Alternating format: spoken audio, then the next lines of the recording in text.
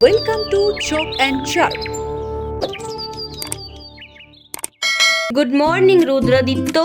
Good morning, teacher. How are you today?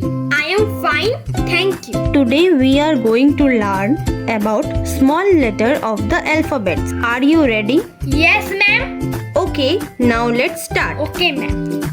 A, A, B, B, C, C, D, D, E, E, F, F, G, G, H, H, I, I, J, J, K, K, L, L, M, M, N, N, O, O, P, P, Q, Q, R, R, S, S, T, T, U, U, V, V, W, W, X, X, Y, Y, Z.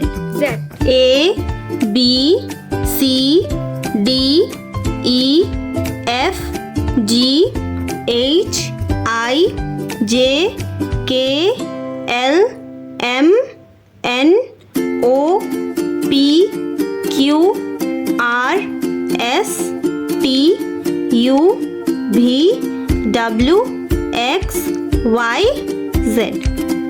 A, B, C, D, E, F, G, H, I, J, K, L, M, N, O, P, Q, R, S, T, U, V, W, X, Y, Z.